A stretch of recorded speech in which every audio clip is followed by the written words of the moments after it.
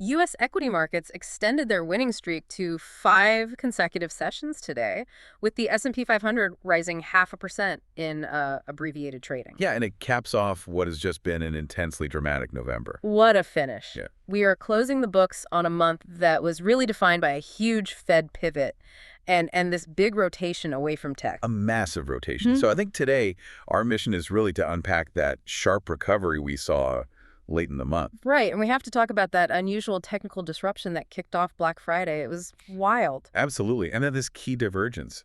Why are defensive assets like silver surging while the big tech leaders are, taking a breather? Let's start right there with the beginning of the day, because it was just a bizarre way to kick off the session. It really was. We had hours of disruption to futures and options trading. On the Chicago Mercantile Exchange, the CME, we're talking about the fundamental plumbing of the market being broken. Exactly. This wasn't some geopolitical event. It was pure infrastructure failure. A malfunction caused by cooling system problems at a data center in the Chicago area. Operated by CyrusOne right That's now. the one.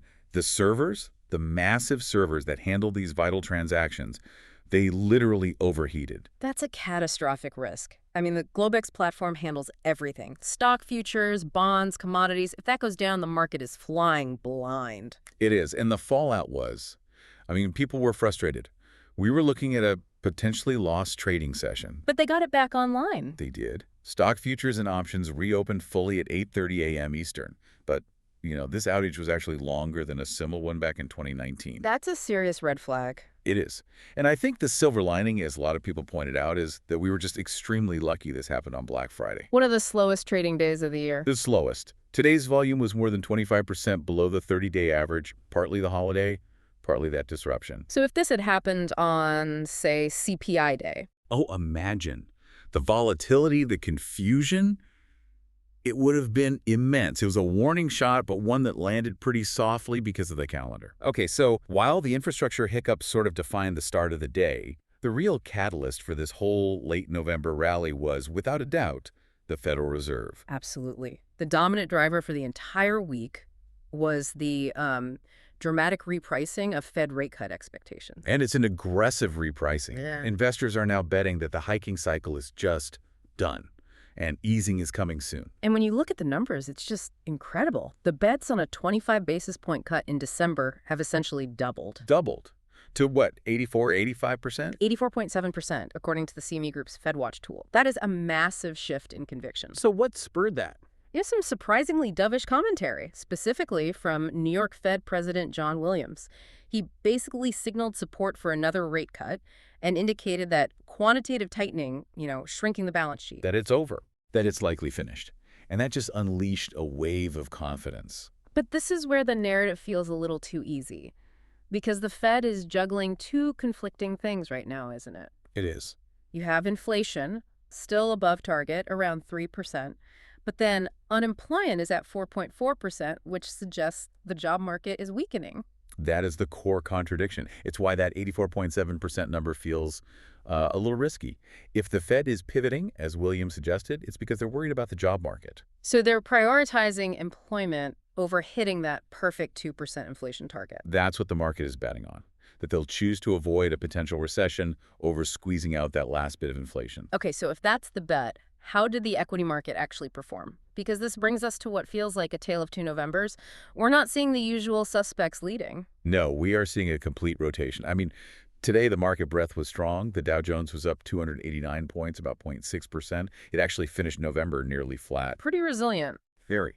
And the S&P 500, it gained 0.5% today, closing the month up just 0.1%. So it narrowly avoided its first down month after 6 straight gains. But the tech-heavy NASDAQ composite, that's where you really see the stress. That's the one. It was up 0.7% today, which is good, but it ended November down 1.5%. And that snaps that incredible 7-month winning streak. An extraordinary streak. Yeah. And that underperformance really highlights the rotation away from that mega-cap AI leadership that drove the market all year. Right. Investors got worried that stocks like Nvidia just got too expensive, especially with rates being high. Exactly. And you saw it in the numbers. Nvidia lost 1.8% today alone. It finished the whole month with a double-digit loss. And it wasn't just Nvidia. You look at enterprise software, Oracle fell, 23% in November? A brutal 23%. And Palantir sank 16%. a real cooling off period for those high-growth names. But not all of tech suffered. No, not at all. Alphabet is the big exception. It bucked the trend entirely, gained roughly 13% for the month. And that was on optimism around its new AI chips and the Gemini offerings. Right, a classic case of capital rotating within the sector, favoring the companies that are executing on innovation right now. So where did all that capital that fled the expensive AI names actually go? It moved into defensive and consumer sectors, the kind of companies that benefit from the idea of the Fed easing. Like pharma. Pharma was a huge beneficiary. Eli Lilly and Merck each rose more than 20% for the month. Wow. And on the consumer side, with Black Friday optimism, Amazon and Target were both up 1.3%. Walmart added 1% and hit a record high today. So the key contradiction here is that we have risk-on assets surging, but the leadership is coming from defensive healthcare and consumer staples, not from aggressive tech. Precisely. It suggests investors are running this big, sophisticated hedge. They're betting on the Fed easing, which lifts the whole market. But they're hedging against those high AI valuations by rotating into safer, more stable sectors. Exactly. They're buying the market, but selling the most expensive parts of it.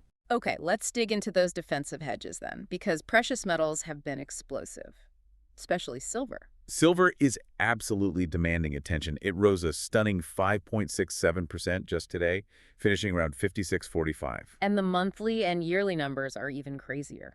I mean, it's up 18.69% over the past month and an absolutely staggering 84.41% year over year. So what is fueling that kind of move? It's that classic combo. You have the rate expectations, which weaken the dollar and make metals cheaper. But for silver specifically, there's a supply issue. Right. A mid-year outlook noted mine production is down about 7% since 2016. So we're likely heading into the 7th straight year of market tightness. Supply and demand plus a weaker dollar. It's a powerful combination. And gold, still confirming the trend. It is. It rose slightly today to 41.62, still up over 56% year over year. Right now, the gold-silver ratio is near 77-1. Which means you need 77 ounces of silver to buy 1 ounce of gold. And the pace at which silver is closing that gap is really the fascinating story here. Okay, moving to fixed income. How did the bond market react to all this?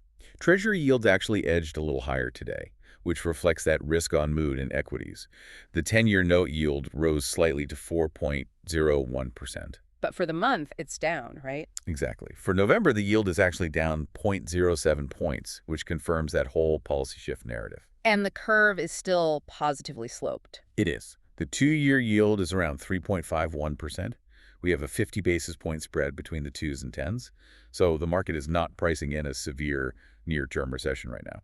Okay, let's hit commodities really quick. Natural gas had a huge month. It had an aggressive winter run. Nat gas surged 3.55% today to $4.79. That's up about 25% for the month. Driven by cold weather and withdrawals from storage. Yep, the first net withdrawal of the season, confirming strong demand. Crude oil, on the other hand, is still pretty weak. WTI around 58 bucks. All right, let's turn to crypto. A really volatile November, but it seems to have found some stability. Cautious stability. Bitcoin is holding near 91,200. It's basically flat today, but it's still down roughly 19% from its November highs above 110K. And there was talk of a fast, unusual deleveraging. What does that mean? It refers to a quick washout of all the overly leveraged positions. When the price started falling, you had margin calls that forced rapid selling, which just accelerated the decline. So the weak hands got forced out, and now we've found a floor. That's the interpretation. The current price is still 10 to 15% above that capitulation low we saw last week near 80,000. So a floor, but a nervous one. And Ethereum. Ethereum's actually showing slightly better momentum. Traded at 3,028 today. It's up almost 10% over the last 7 days. Okay, before we look ahead, we have to touch on real estate. It seems completely frozen. It is. It's dominated by this lock-in effect. We saw data showing only 2.8% of U.S. homes changed hands in 2025. That is the lowest turnover in at least 30 years. That's incredible. So homeowners with 3% mortgages just have no incentive to move and take on a new rate over 6%? None at all. And it starves the market of supply. Yeah. It's a real economic drag that lower Fed rates are supposed to help solve, but we just haven't seen that relief yet. Okay, so as we close the books on November, let's look ahead, because the data vacuum is officially over. We hit the ground running. We Okay. start Monday, December 1st, with the ISM Manufacturing Index. Then Tuesday, you get ADP employment and the ISM Services Index. And then the big one for the Fed. That arrives Friday, December 5th. PCE and core PCE. That's the Personal Consumption Expenditures Index, the Fed's favorite inflation reading. But the real focal point for everyone is the FOMC meeting. December 9th and 10th. That's what everything is leading up to. So let's give people some technical levels to watch heading into that. Sure. For the S&P 500, resistance is the record high at 6,920. For gold, keep an eye on resistance at $4,200. And Bitcoin? Near-term resistance is right at $92,000. The big picture scenario then, going into December, is one of extremely high conviction in a Fed pivot. That 85% number is hard to ignore. It is. The market has priced in a massive dovish pivot in a very short amount of time, and that leaves very little margin for error. So if the FOMC delivers any kind of hawkish surprise? If they push back at all on those cut odds, you could see a sudden, meaningful repricing across the board. The risk of disappointment is equally as high as the conviction. All right, I think that covers a very volatile yet ultimately constructive abbreviated trading session. Definitely a lot to dissect. That's the daily consolidation for today. It is. And as always, remember, none of this is financial advice. You have to do your own research before making any moves. But if you found this analysis helpful, please hit that like and subscribe button. We're here every trading day right after the close to consolidate the market action. See you next time.